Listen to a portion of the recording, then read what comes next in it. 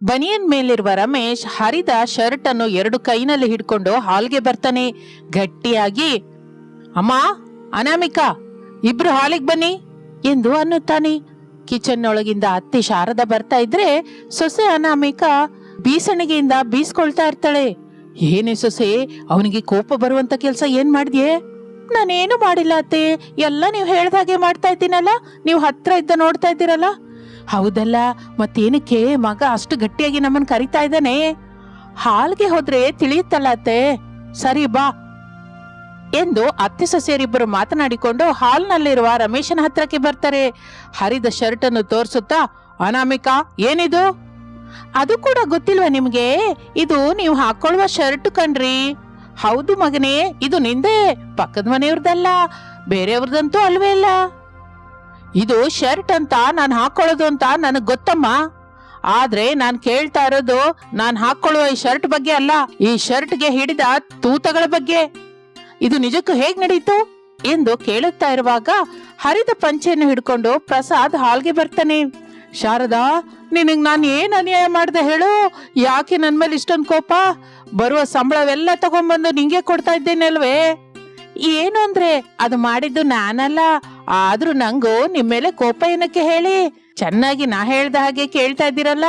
ಏನೇ ಸೊಸೆ ಇದು? ಮಗನ್ ಶರ್ಟ್ ಹಾಗಾಗಿದೆ, ನಿನ್ ಮಾವನ್ ಪಂಚೆ ಹೀಗ್ ಹರಿದೋಗಿದೆ. ಬಂಡೆ ಮೇಲೆ ಒಗೆಯೋದು ನನ್ಗೆ ಅಭ್ಯಾಸವಿಲ್ವಲ್ಲ ಅತ್ತೆ, ಅದಕ್ಕೆ ಹೀಗೆ ನಡೆದಿದೆ. ಅಂದ್ರೆ ನನ್ ಸೀರೆಗಳ ಪರಿಸ್ಥಿತಿ ಕೂಡ ಹೀಗೇನೆ ಇದೆಯಾ ಎಂದು ಶಾರದಾ ಅನ್ನುತ್ತಲೇ ಅನಾಮಿಕಾ ಮೌನವಾಗಿ ತಲೆ ತಗ್ಗಿಸಿಕೊಳ್ತಾಳೆ. ಆದ್ರೂ ಬಂಡೆ ಮೇಲೆ ಒಗೆಯೋದೇನೇ ಅನಾಮಿಕಾ? ಮನೇಲಿ ವಾಷಿಂಗ್ ಮೆಷಿನ್ ಇದೆಯಲ್ಲ, ಅದು ಕೆಲಸ ಮಾಡ್ತಾ ಇಲ್ವಾ ಏನೋ? ಅದೆಲ್ಲ ನಂಗೆ ಗೊತ್ತಿಲ್ಲ ರೀ ಅತ್ತೆ. ಬಟ್ಟೆನ ಬಂಡೆ ಮೇಲೆ ಒಗಿ ಅಂದ್ರು, ನಾನು ಕೂಡ ಬಟ್ಟೆಗಳನ್ನ ಬಂಡೆ ಮೇಲೆ ಒಗಿತಾ ಇದ್ದೀನಿ. ಏನಾಯ್ತು ಶಾರದಾ ನಿನ್ಗೆ? ಎಲ್ಲ ಬಿಟ್ಟು ಖರ್ಚು ಮಾಡದೇ ಇರುವ ನಿನ್ನ ಜಿಪುಣ ಅನ್ನನ ದೆವ್ವವೇನಾದ್ರೂ ಹಿಡ್ಕೊಂತ ನಿಂಗೆ? ತಂದೆ ಮಗ ಒಂದ್ ನಿಮಿಷ ನಿಲ್ಲಿ ಎಂದು ಹೇಳಿ ಕಿಚನ್ ಒಳಗೆ ಹೋಗುತ್ತಾಳೆ ಶಾರದಾ. ಏನ್ ತಗೊಂಡ್ಬರ್ತಾಳು ಶಾರದಾ ಅಂತ ಮೂವರು ಆತುರತೆಯಿಂದ ಎದುರು ನೋಡ್ತಾ ಇರ್ತಾರೆ. ಶಾರದಾ ಕರೆಂಟ್ ಬಿಲ್ ಹಿಡ್ಕೊಂಡ್ಬಂದು ಪ್ರಸಾದಂಗೆ ಕೊಡ್ತಾಳೆ. ಅದು ನೋಡಿ ಪ್ರಸಾದನ ಕಣ್ಣು ಗುಂಡಗೆ ಗೋಲಿ ಹಾಗೆ ತಿರುಗುತ್ತೆ. ಕಣ್ಣು ನೆತ್ತಿಗೆ ಅಂಟ್ಕೊಂತ, ಮಾಮೂಲಿಯಾಗಿ ಅಲ್ಲ ಶಾರದಾ, ಈಗ ಹೇಳಿ, ನಾನು ಸೊಸೆ ಕೈಲಿ ಅಂತ ಕೆಲಸ ಮಾಡೋದು ತಪ್ಪು ಅಂತ ಅಂತೀರಾ ಎಂದು ಶಾರದಾ ಕೇಳುತ್ತಲೇ ಏನು ಮಾತನಾಡದೆ ಪ್ರಸಾದ್ ರಮೇಶ್ ಅಲ್ಲಿಂದ ಹೊರಟು ಹೋಗುತ್ತಾರೆ. ಒಂದು ಅರ್ಧ ಗಂಟೆಯ ನಂತರ ಪ್ರಸಾದ್ ರಮೇಶರು ಆಫೀಸ್ಗೆ ಹೋಗೋದಕ್ಕೆ ರೆಡಿಯಾಗಿ ಡೈನಿಂಗ್ ಟೇಬಲ್ ಹತ್ರ ಬಂದು ಕೂತಿರ್ತಾರೆ. ರಮೇಶ್ ವಾಟರ್ ಕುಡಿತಾನೆ. ಅನಾಮಿಕಾ, ವಾಟರ್ ಏನೇ ಕೂಲ್ ಆಗಿಲ್ಲ? ಮೊನ್ನೆ ಬಂದ ಕರೆಂಟ್ ಬಿಲ್ ಒಂದ್ಸಲ ನೋಡಿ, ವಾಟರ್ ಗ್ಲಾಸು ತನ್ನಿಂದ ತಾನೇ ಕೂಲ್ ಆಗಿ ಹೋಗುತ್ತೆ ಎಂದು ಅನಾಮಿಕಾ ಅನ್ನುತ್ತಲೇ ರಮೇಶ್ ಏನು ಮಾತನಾಡದೇ ಇರ್ತಾನೆ. ಶಾರದಾ ಅವರ ಹತ್ರಕ್ಕೆ ಬರ್ತಾಳೆ. ಏನಯ್ಯ, ಮನೆ ಓನರು ಬಂದು ತಿರುಗಿ ಹೋಗ್ತಾ ಇದ್ದಾನೆ, ಏನ್ ಹೇಳು ಅಂತೀಯಾ?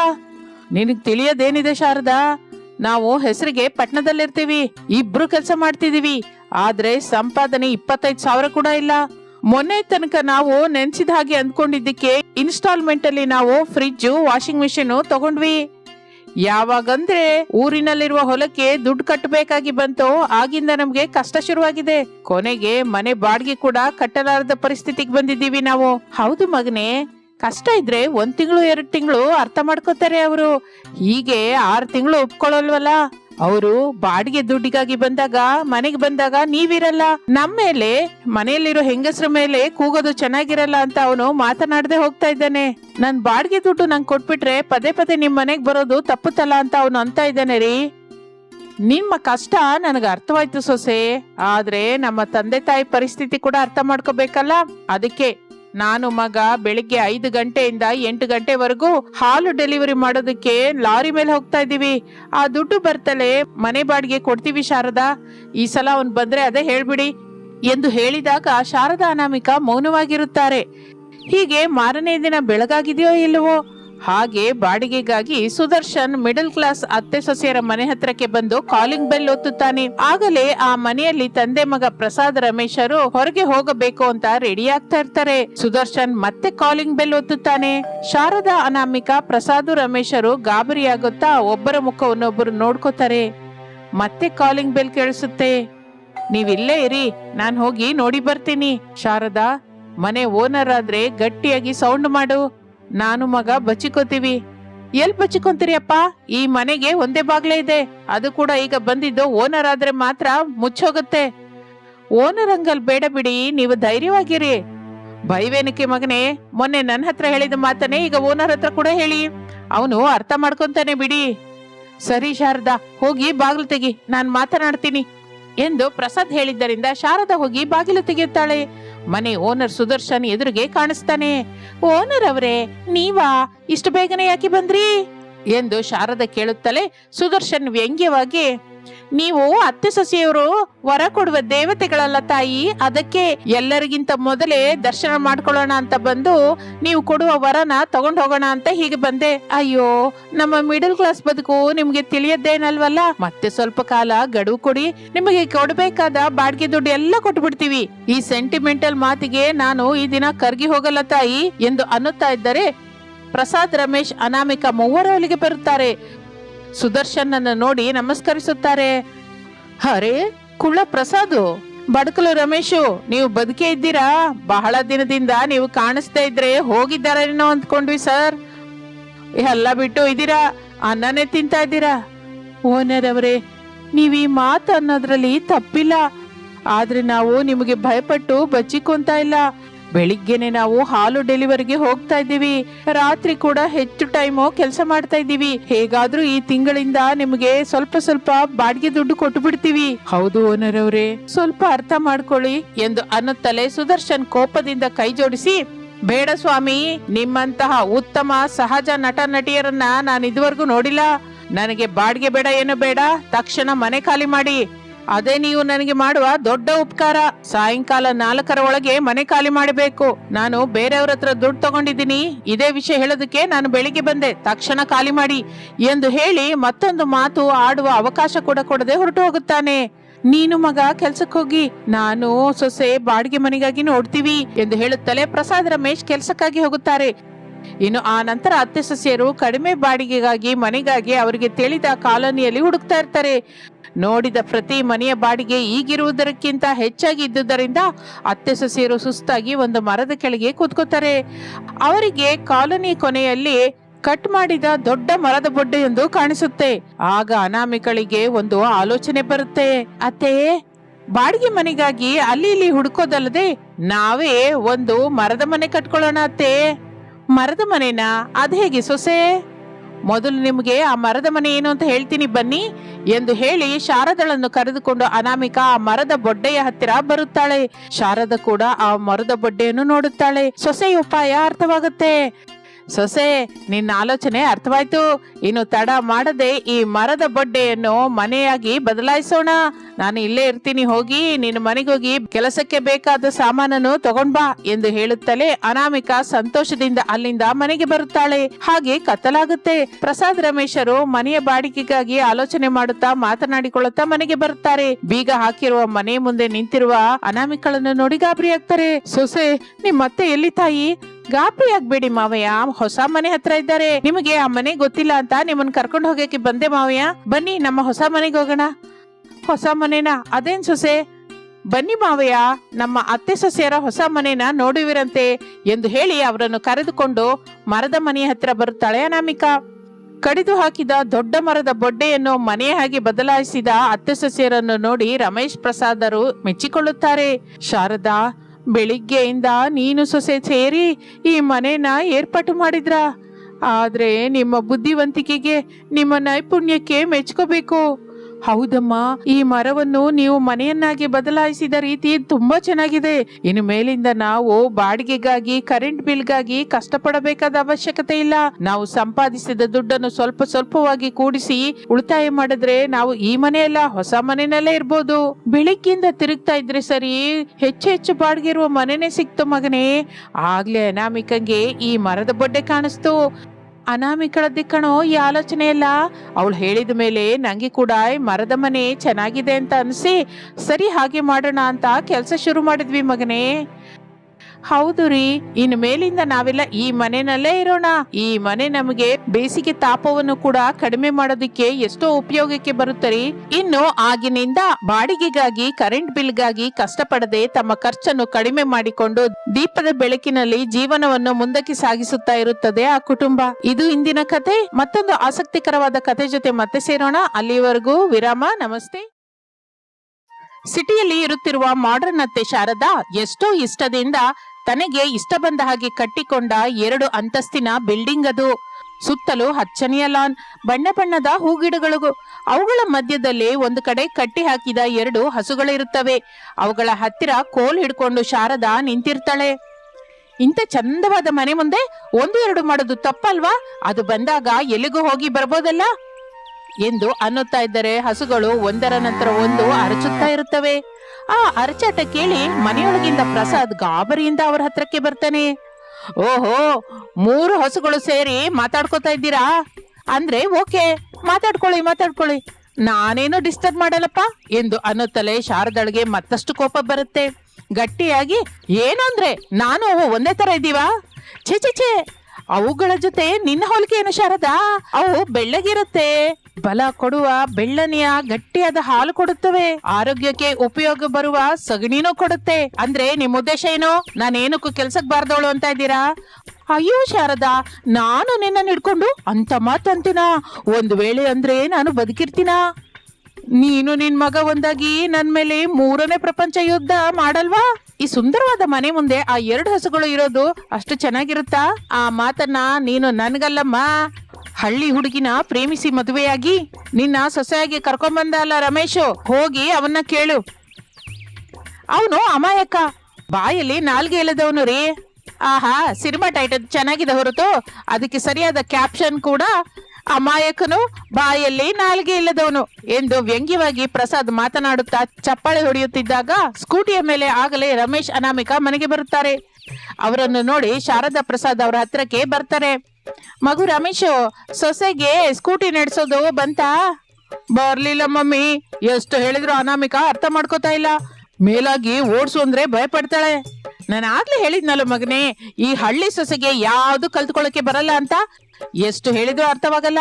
ಒಂದು ಸ್ಕೂಟಿ ಕಲ್ತ್ಕೊಳ್ಳೋದೇ ಅಲ್ಲ, ನಾವು ತಿನ್ನುವ ಫುಡ್ ಕೂಡ ಸರಿಯಾಗಿ ಮಾಡಲ್ಲ ಎಂದು ಶಾರದಾ ಅನಾಮಿಕಳನ್ನು ಬೈತಾ ಇದ್ರೆ ಅನಾಮಿಕಾ ಮೌನವಾಗಿ ತಲೆ ಆಡಿಸ್ಕೊಂಡು ನಿಂತಿರ್ತಾಳೆ.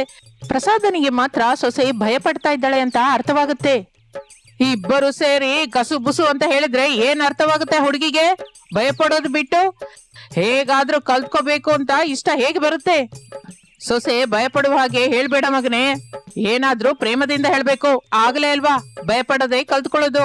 ಇನ್ನು ಬೇಡ್ಕೊಂಡು ಕೂಡ ಹೇಳ್ತೀವಿ, ಪ್ರೇಮದಿಂದ ಹೇಳ್ಬೇಕಂತೆ, ಪ್ರೇಮದಿಂದ ಹೇಳ್ತಾ ಇದ್ರೆ ಹೊಡೆದು ಹೇಳ್ತಾ ಇದೀವ, ಬೈದ್ ಹೇಳ್ತಾ ಇದೀವ.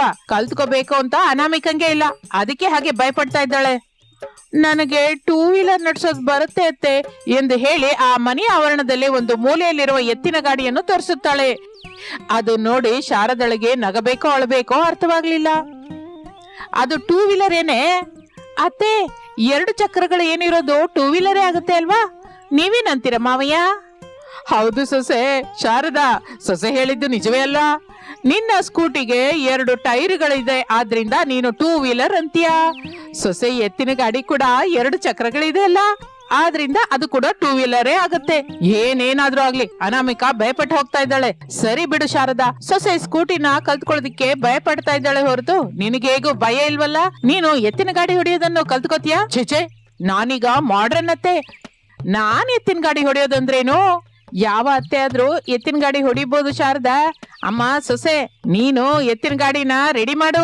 ಈ ಮಾಡ್ರನ್ ಅತ್ತೆಯವರು ಎತ್ತಿನ ಗಾಡಿನ ಹೇಗೆ ಡ್ರೈವಿಂಗ್ ಟೆಸ್ಟ್ ಗೆ ಹೋಗಿ ಬರ್ತಾಳೋ ನೋಡೋಣ. ಹಾಗೆ ಮಾವಯ್ಯ, ನೀವು ಹೇಳ್ದ ಹಾಗೆ ಎತ್ತಿನ ಗಾಡಿನ ಸಿದ್ಧ ಮಾಡ್ತೀನಿ ಎಂದು ಹೇಳಿ ಅನಾಮಿಕಾ ತಕ್ಷಣ ಅಲ್ಲಿಂದ ಹಸುಗಳ ಹತ್ತಿರಕ್ಕೆ ಬರ್ತಾಳೆ. ಮಮ್ಮಿ, ನೀನು ಧೈರ್ಯವಾಗಿ ಎತ್ತಿನ ಗಾಡಿ ಡ್ರೈವಿಂಗ್ ಟೆಸ್ಟ್ ನ ಪಾಸ್ ಆಗ್ಬೇಕು. ಮಾಡ್ರನ್ ಆಗಿ ನಿನ್ನ ಕ್ಯಾರೆಕ್ಟರ್ಗೆ ನೀನು ನ್ಯಾಯ ಮಾಡಬೇಕು, ಅರ್ಥವಾಯ್ತಾ? ಜಾಗ್ರತೆ, ನಾನು ಸ್ವಲ್ಪ ಹೊತ್ತು ರೆಸ್ಟ್ ತಗೋತೀನಿ ಎಂದು ಹೇಳಿ ರಮೇಶ್ ಅಲ್ಲಿಂದ ಮನೆಯೊಳಗೆ ಹೊರಟು ಹೋಗುತ್ತಾನೆ. ಶಾರದಳಿಗೇನು ಎಲ್ಲ ಅಯೋಮಯವಾಗಿರುತ್ತೆ. ತನ್ನಲ್ಲಿ ತಾನು ಹಳ್ಳಿ ಸೊಸೆನ ಅಂದಿದ್ದಕ್ಕೆ ಇವನಿಗೆ ಕೋಪ ಬಂದಾಗಿದೆ. ಅದಕ್ಕೆ ನನ್ನನ್ನು ಹೀಗೆ ಬುಕ್ ಮಾಡಿದಾನೆ. ನನಗೇನೋ ಎತ್ತಿನ ಗಾಡಿನ ಹೇಗ್ ನಡೆಸ್ಬೇಕೋ ಗೊತ್ತಿಲ್ಲ. ಒಳಗೊಳಗೆ ಭಯವಾಗ್ತಾ ಇದೆ. ಮೇಲಕ್ಕೆ ಮಾತ್ರ ಭಯವಿಲ್ಲದ ಹಾಗೆ ಅನಾಮಿಕಳ ಮುಂದೆ ಬಿಲ್ಡಪ್ ಕೊಟ್ಟೆ. ಓ ಗಾಡ್, ಸೇವ್ ಮೀ ಎಂದು ಅಂದುಕೊಳ್ಳುತ್ತಾ ಇರುವಾಗ ಅನಾಮಿಕಾ ಎತ್ತಿನ ಗಾಡಿಯನ್ನು ತೆಗೆದುಕೊಂಡು ಮನೆ ಮುಂದೆ ನಿಂತಿರುತ್ತಾಳೆ. ಮಾವಯ್ಯ, ಎತ್ತಿನ ಗಾಡಿ ರೆಡಿಯಾಗಿದೆ, ಇನ್ನು ಅತ್ತೆ ಬರೋದೇ ತಡ. ಅಮ್ಮ, ಇಲ್ಲಿ ನಿನ್ನ ಮಾಡ್ರನ್ ಅತ್ತೆ ಕೂಡ ಡಬಲ್ ರೆಡಿ ಆಗಿದ್ದಾಳೆ, ಬರ್ತಾಳೆ ಎಂದು ಹೇಳಿ ಶಾರದಳನ್ನು ಕರೆದುಕೊಂಡು ಎತ್ತಿನ ಗಾಡಿ ಹತ್ತಿರಕ್ಕೆ ಬರ್ತಾನೆ ಪ್ರಸಾದ್. ಶಾರದಾ ಆ ಗಾಡಿಯ ಮುಂದೆ ನಿಂತಿರ್ತಾಳೆ. ಗಾಡಿಗೆ ನಮಸ್ಕಾರ ಮಾಡಿ ಹಸುಗಳ ಕಡೆ ನೋಡುತ್ತಾ, ಹಸುಗಳನ್ನ ದೇವತೆ ಅಂತಾರೆ. ನಾನು ನಿಮ್ಮನ್ ಬೈದೆ ಅಂತ ಮನ್ಸಲ್ಲಿ ಇಟ್ಕೋಬೇಡಿ. ನನಗೆ ನೀವಿಬ್ರು ಸಹಾಯ ಮಾಡಬೇಕು. ನನ್ನನ್ನ ಭಯಪಡಿಸ್ಬೇಡಿ. ನನಗೆ ನೀವಿಬ್ರು ಸಹಾಯ ಮಾಡಬೇಕು ಎಂದು ಬೇಡಿಕೊಳ್ಳುತ್ತಾ ಇರುತ್ತಾಳೆ. ತಮ್ಮ ಮುಂದೆ ನಿಂತ್ಕೊಂಡು ಕೈ ಮುಗಿಯುತ್ತಿರುವ ಶಾರದಳನ್ನು ನೋಡಿ ಒಂದು ಹಸು ನೋಡಿ ತನ್ನಲ್ಲಿ ತಾನು ಹೀಗಂದ್ಕೊಳ್ಳುತ್ತೆ, ಇದಕ್ಕೂ ಮೊದಲು ನಮ್ಮನ್ನ ಆಳಿಸಿದೆ ಅಲ್ವಾ, ಈಗ ನಮಗೂ ಅವಕಾಶ ಬಂದಿದೆ, ನಾವಂದ್ರೆ ಏನು ಅಂತ ಈಗ ತೋರಿಸ್ತೀವಿ ಎಂದು ಅಂದುಕೊಳ್ಳುತ್ತಾ ಇದೆ ಆ ಹಸು. ಶಾರದಾ ಗಾಡಿ ಮೇಲೆ ನಿಂತ್ಕೊಂಡು ಹಗ್ಗ ಹಿಡ್ಕೋತಾಳೆ. ಗಾಡಿಯಲ್ಲಿ ಅನಾಮಿಕ ಶಾರದಾ ಕೂತ್ಕೋತಾರೆ. ನೀನು ನಡೆಸು ಶಾರದಾ ಎಂದು ಪ್ರಸಾದ್ ಹೇಳುತ್ತಲೇ ಶಾರದಾ ಹಸುಗಳನ್ನು ನೋಡುತ್ತಾ, ಓ ಹಸುಗಳೇ, ಇನ್ನು ಬನ್ನಿ ಮುಂದಕ್ಕೆ ಹೋಗೋಣ ಅನ್ನುತ್ತಾಳೆ. ಹಸುಗಳು ಮಾತ್ರ ಯಾವ ಕಡೆಯೂ ಕದಲದೆ ಹಾಗೆ ನಿಂತಿರ್ತವೆ. ಅದು ನೋಡಿ ಅನಾಮಿಕ ಪ್ರಸಾದ್ ನಗುತ್ತಾರೆ. ಓ ಹಸುಗಳೇ, ನಮ್ಮವರ ಮುಂದೆ, ನಮ್ಮ ಹಳ್ಳಿ ಸೊಸೆ ಮುಂದೆ ನನ್ನ ಮರ್ಯಾದೆ ತೆಗಿಬೇಡ್ರೋ, ಮುಂದೆ ನಡೀರೋ ಎಂದು ಹಸುಗಳಿಗೆ ಮತ್ತೆ ಹೇಳುತ್ತಾಳೆ. ಆದರೂ ಸರಿ, ಶಾರದಾ ಎಷ್ಟು ಹೇಳಿದರೂ ಹಸುಗಳು ಮಾತ್ರ ಕದಲದೆ ಹಾಗೆ ಇರುತ್ತೆ. ಓ ಸೊಸೆ, ಇದೆಷ್ಟಂದ್ರು ನಿನ್ ಹಸುಗಳೇ ಅಲ್ಲ, ನಾನ್ ಹೇಳಿದ್ದು ಕೇಳ್ತಾ ಇಲ್ಲ, ಏನ್ ಹೇಳಿದ್ರೆ ಮುಂದಕ್ಕೆ ಹೋಗುತ್ತಾವೋ ನೀನೇ ಹೇಳು ಎಂದು ಕೇಳುತ್ತಾಳೆ. ಆಗ ಮಧ್ಯದಲ್ಲೇ ಪ್ರಸಾದ್ ಸೇರ್ಕೊಂಡು, ಅಯ್ಯೋ ಶಾರದಾ, ಅನ್ನೋದಕ್ಕೇನೂ ಅಲ್ಲ, ಒಂದೆರಡು ಏಟ್ ಕೊಡು, ಅವೇ ಹೇಳಿದ್ದು ಕೇಳ್ತವೆ ಎಂದು ಅನ್ನುತ್ತಾನೆ. ಅದು ಕೂಡ ನಿಜವೇನೋ ಅನ್ಸುತ್ತೆ ಶಾರದಂಗೆ. ಅಷ್ಟೇ, ಹಸುಗಳನ್ನ ಹೊಡಿತಾಳೆ. ಹಸುಗಳು ಮುಂದಕ್ಕೆ ಹೊಡೆದಕ್ಕೆ ಶುರು ಮಾಡ್ತವೆ. ಶಾರದಾ ಹಗ್ಗವನ್ನ ಹಿಡ್ಕೊಂಡು ನಿಂತಿರ್ತಾಳೆ. ಗಾಬರಿ ಆಗ್ತಾ ಭಯಪಡ್ತಾ ಇರ್ತಾಳೆ. ರೈಟ್ಗೆ ಹೋಗಿ, ರೈಟ್ಗೆ ಹೋಗಿ, ಓ ಹಸುಗಳೇ, ರೈಟ್ ಅಂದ್ರೆ ಬಲಗಡೆಗೆ ಹೋಗ್ಬೇಕು, ಬಲಗಡೆಗೆ ಹೋಗಿ ಹೋಗಿ ಎಂದು ಅರಚುತ್ತಾ ಇರುತ್ತಾಳೆ ಎತ್ತಿನ ಗಾಡಿ ಮೇಲೆ ನಿಂತ್ಕೊಂಡು ಶಾರದಾ. ಹಸುಗಳು ಮಾತ್ರ ಹಾಗೆ ಮುಂದಕ್ಕೆ ಓಡ್ತಾನೆ ಇರುತ್ತೆ. ಗಾಡಿಯಲ್ಲಿ ಕೂತ್ಕೊಂಡ ಪ್ರಸಾದ್ ಅನಾಮಿಕರು ಮಾತ್ರ ಶಾರದಳ ಮಾತಿಗೆ ನಗ್ತಾ ಇರ್ತಾರೆ. ಶಾರದಳಿಗೆ ಬಹಳ ಭಯವಾಗುತ್ತೆ. ಓ ಸೊಸೆ, ನಿನಗೆ ಕೈ ಮುಗಿತೀನಿ, ಬಂದು ಈ ಹಸುಗಳನ್ನ ನಿಲ್ಸೆ ಎಂದು ಬೇಡಿಕೊಳ್ಳುತ್ತಾಳೆ. ಅಷ್ಟೇ, ಅನಾಮಿಕ ಗಾಡಿಯಿಂದ ಕೆಳಗೆ ದೂಕುತ್ತಾಳೆ. ಹಸುಗಳಿಗಿಂತ ವೇಗವಾಗಿ ಓಡಿ ಹೋಗಿ ಅವುಗಳ ಮುಂದಕ್ಕೆ ಬಂದು ನಿಲ್ತಾಳೆ. ಹಸುಗಳು ತಮ್ಮ ಮುಂದೆ ನಿಂತುಕೊಂಡ ಅನಾಮಿಕಳನ್ನು ನೋಡಿ ತಕ್ಷಣ ನಿಂತು ಬಿಡುತ್ತೆ. ಅದರಿಂದ ಶಾರದಳಿಗೆ ಹೋಗ್ತಾ ಇರೋ ಪ್ರಾಣ ತಕ್ಷಣ ತಿರುಗಿ ಬಂದ ಹಾಗೆ ಅನ್ಸುತ್ತೆ. ಅತ್ತೆ, ನೀವು ಹಾಗೆ ಕೂತ್ಕೊಳ್ಳಿ, ನಾನು ಮನೆ ಕರ್ಕೊಂಡು ಹೋಗ್ತೀನಿ. ಕೂತ್ಕೊಳ್ಳೋದು ಬೇಡ ಸೊಸೆ, ನಾನು ಹೀಗೆ ಇರ್ತೀನಿ ಕಣೆ, ಮೊದಲು ಮನೆ ಕರ್ಕೊಂಡು ಹೋಗು ಎಂದು ಎಷ್ಟೋ ಭಯಪಡುತ್ತಾ ಆಯಾಸದಿಂದ ಹೇಳ್ತಾಳೆ. ಹಾಗೆ ಶಾರದಾ ಎತ್ತಿನ ಗಾಡಿ ಮೇಲೆ ನಿಂತೇ ಇರ್ತಾಳೆ. ಅನಾಮಿಕ ಮುಂದೆ ನಡೀತಾ ಇರ್ತಾಳೆ. ಹಸುಗಳು ಅನಾಮಿಕಳನ್ನು ನೋಡ್ತಾ ನಿಧಾನವಾಗಿ ಅನಾಮಿಕಳ ಹಿಂದೆನೆ ನಡೀತಾ ಇರ್ತವೆ. ಹಾಗೆ ಸ್ವಲ್ಪ ಹೊತ್ತಿಗೆ ಅವರು ಮನೆಗೆ ಸೇರಿಕೊಳ್ತಾರೆ. ಹೀಗೆ ದಿನಗಳು ಕಳೆಯುತ್ತಾ ಇರುತ್ತದೆ. ಯಾವಾಗ ಅನಾಮಿಕ ಒಂಟಿಯಾಗಿ ಕಾಣಿಸಿದರೆ ಆಗ ಶಾರದಾ ಮೂದಲಿಸುವುದು ಅನಾಮಿಕಳಿಗೆ ಶುರು ಮಾಡುತ್ತಾಳೆ. ಅನಾಮಿಕ ಅತ್ತೆಯ ಮೂದಲಿಕೆ ಕೇಳ್ತಾ ಇದ್ರೆ ದುಃಖ ಪಡ್ತಾ ಇರ್ತಾಳೆ. ಅವಳ ದುಃಖಕ್ಕೆ ಕಾರಣ ತಾಯಿ ಎಂದು ತಿಳಿದರೂ ಕೂಡ ಅನಾಮಿಕಳ ಗಂಡ ರಮೇಶ್ ಕೂಡ ಏನು ಅಂತ ಇರಲಿಲ್ಲ. ಒಂದು ದಿನ ರಾತ್ರಿ ಅನಾಮಿಕ ತಾನು ಇಷ್ಟವಾಗಿ ಬೆಳೆಸಿಕೊಳ್ಳುತ್ತಿರುವ ಹಸುಗಳ ಹತ್ರ ಹೀಗಂತಾಳೆ, ನಾನು ಏನಕ್ಕೆ 2 ವೀಲರ್ ಡ್ರೈವಿಂಗ್ ನ ಕಲೀಲಿಕ್ಕೆ ಆಗ್ತಾ ಇಲ್ವೋ ನನಗೆ ಅರ್ಥವಾಗ್ತಾ ಇಲ್ಲ ಎಂದು ದುಃಖ ಪಡುತ್ತಾ ಇರುವುದು ಪ್ರಸಾದ್ ನೋಡುತ್ತಾನೆ. ಪಾಪ, ಸೊಸೆ ಹಾಗೆ ದುಃಖ ಪಡುವುದು ಪ್ರಸಾದನಿಗೆ ಕಷ್ಟ ಅನ್ಸುತ್ತೆ. ಈ ಸಮಸ್ಯೆಗೆ ಒಂದು ಸೊಲ್ಯೂಷನ್ ಆಲೋಚಿಸಬೇಕು ಅಂದ್ಕೋತಾನೆ ಪ್ರಸಾದ್. ತಕ್ಷಣ ತುಂಬಾ ಆಲೋಚಿಸೋದಿಕ್ಕೆ ಶುರು ಮಾಡ್ತಾನೆ. ಇನ್ನು ಮಾರನೇ ದಿನ ಮನೆ ಮುಂದಿರುವ ಮಣ್ಣಿನ ರೋಡ್ ನಲ್ಲಿ ಮಾಡರ್ನ್ ಅತ್ತೆ ಶಾರದಾ ಸ್ಕೂಟಿ ಮೇಲೆ ಕೂತ್ಕೊಂಡು ಇರ್ತಾಳೆ. ಹಳ್ಳಿಯ ಸೊಸೆ ಅನಾಮಿಕ ಎತ್ತಿನ ಗಾಡಿ ಹತ್ತಿ ಹಗ್ಗ ಹಿಡ್ಕೊಂಡು ರೆಡಿಯಾಗಿರ್ತಾಳೆ. ಬಾವುಟ ಹಿಡ್ಕೊಂಡು ನಿಂತಿರ್ತಾನೆ.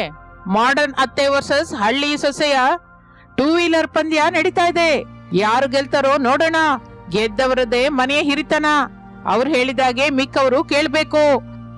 ಅತ್ತೆ ಸೊಸೆಯರು ಒಪ್ಕೊಂಡ ಹಾಗೆ ಅಲ್ಲ, ಪಂದ್ಯ ಶುರು ಮಾಡೋಣ ಅಂತೀರಾ ಎಂದು ಪ್ರಸಾದ್ ಹೇಳುತ್ತಲೇ ಅತ್ತೆ ಸೊಸೆ ಇಬ್ಬರು ಹೂ ಅನ್ನುತ್ತಾರೆ. ಪ್ರಸಾದ್ ಬಾವುಟ ಹಾರಿಸುತ್ತಾನೆ. ಶಾರದಾ ಸ್ಕೂಟಿ ಮೇಲೆ ಹೋಗ್ತಾ ಇರ್ತಾಳೆ. ಅನಾಮಿಕ ಅಷ್ಟೇ ವೇಗವಾಗಿ ಎತ್ತಿನ ಗಾಡಿ ಮೇಲೆ ಹೋಗ್ತಾ ಇರ್ತಾಳೆ. ಹಾಗೆ ಶಾರದಾ ಅನಾಮಿಕ ಮುಂದಕ್ಕೆ ಹೋಗ್ತಾ ಇರ್ತಾರೆ. ಸ್ವಲ್ಪ ದೂರ ಹೋದ ಮೇಲೆ ರೋಡ್ ಮೇಲಿರುವ ಒಂದು ಕಲ್ಲು ತಗಲಿ ಗಾಡಿ ಮೇಲಿಂದ ಅನಾಮಿಕ ಕೆಳಗೆ ಬಿದ್ದು ಹೋಗ್ತಾಳೆ. ಅದು ನೋಡಿದ ಶಾರದಾ ಅನಾಮಿಕಳ ಹತ್ತಿರಕ್ಕೆ ಬಂದು ನಿಲ್ತಾಳೆ. ಅಯ್ಯೋ ಸೊಸೆ, ಏನಾದ್ರೂ ಏಟ್ ಬಿತ್ತೇನೆ? ಇಲ್ಲ ಅತ್ತೆ, ನೀವು ಹೋಗಿ.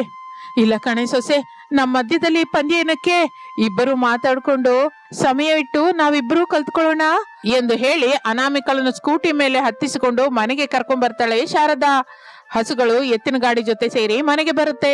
ಅತ್ತೆ ಸೊಸೆಯರಿಬ್ಬರು ಸ್ಕೂಟಿ ಮೇಲೆ ಬರುವುದು ತಂದೆ ಮಗ ಪ್ರಸಾದ್ ರಮೇಶು ನೋಡ್ತಾರೆ. ಅಯ್ಯೋ, ಅತ್ತೆ ಸೊಸೆಯರು ಸೇರಿ ಬಂದ್ರೆ ಯಜಮಾನಿಕೆ ಯಾರಿಗ್ ಕೊಡ್ಬೇಕು? ಯಜಮಾನಿಕೆ ಇಲ್ಲ, ಏನೂ ಇಲ್ಲ. ಅದ್ರಲ್ಲೂ ನಮ್ಮಲ್ಲಿ ನಾವು ಬೆಟ್ ಇಟ್ಕೊಳ್ಳೋದಂದ್ರೆ ಏನು ರೀ? ಬೇರೆಯವರ ಜೊತೆ ಬೆಟ್ಟಿಟ್ಕೊಂಡು ಅವ್ರನ್ನ ಸೋಲಿಸ್ಬೇಕು ಹೊರತು ಇನ್ನು ಮೇಲಿಂದ ಸೊಸೆಗೆ ನಾನೇ ಎಲ್ಲಾನು ಕಲಿಸ್ತೀನಿ ಎಂದು ಹೇಳಿ ಅನಾಮಿಕಳನ್ನು ಪ್ರೇಮದಿಂದ ಒಳಗಡೆ ಕರ್ಕೊಂಡು ಹೋಗ್ತಾಳೆ ಶಾರದಾ. ಅವರಿಬ್ಬರು ಹಾಗೆ ಕಲಿತಿರುವುದು ನೋಡಿ ಪ್ರಸಾದ್ ಎಷ್ಟೋ ಸಂತೋಷಿಸುತ್ತಾನೆ. ಇನ್ನು ತಕ್ಷಣ ಮನೆಗೆ ಬಂದ ಹಸುಗಳನ್ನು ಕರ್ಕೊಂಡೋಗಿ ಕಟ್ಟುತ್ತಾನೆ. ಹೀಗೆ ಅತ್ತೆ ಸೊಸೆಯರಿಬ್ಬರು ಸೇರಿ ಕಲಿತು ಬೆರೆತು 2 ವೀಲರ್ ಡ್ರೈವಿಂಗ್ ಕಲ್ತ್ಕೋತಾ ಇರ್ತಾರೆ. ಇದು ಇಂದಿನ ಕತೆ. ಮತ್ತೊಂದು ಆಸಕ್ತಿಕರವಾದ ಕತೆ ಜೊತೆ ಮತ್ತೆ ಸೇರೋಣ. ಒಂದು ವೇಳೆ ನೀವು ನಮ್ಮ ಚಾನೆಲ್ ಅನ್ನ ಸಬ್ಸ್ಕ್ರೈಬ್ ಮಾಡದೇ ಇದ್ರೆ ತಕ್ಷಣ ಸಬ್ಸ್ಕ್ರೈಬ್ ಮಾಡಿ. Thank you for watching.